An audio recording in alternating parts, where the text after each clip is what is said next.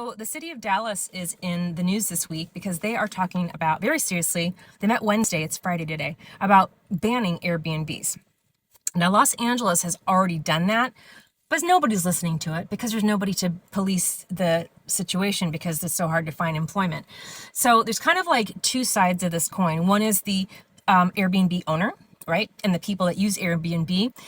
There are some positives to Airbnbs, such as the people that own these homes, the payments offset their mortgage, keep home affordability.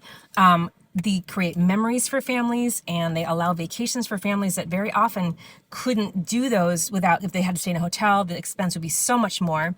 And then the fees that the city has imposed thus far for the new regulations, I know for Dallas, it was like a $1.8 million.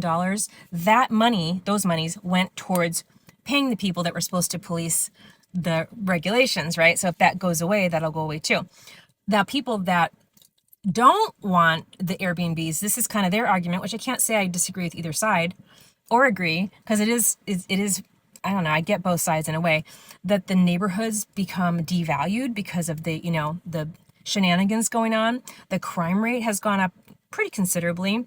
There's neighborhood uncertainty, so you're not going to get that whole neighborhood flavor and trick-or-treating and parties in the neighborhood like, the olden days, we'll call it.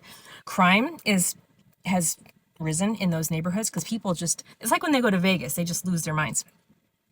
And that $1.8 million, that will go away, so then they can't fund the people that would regulate, the Airbnbs that are going on. So it's definitely a very detailed situation to really, really think out. We'll see what Dallas is going to do. Like I said, LA and some other cities have already banned them, but they just don't have the bandwidth to police them.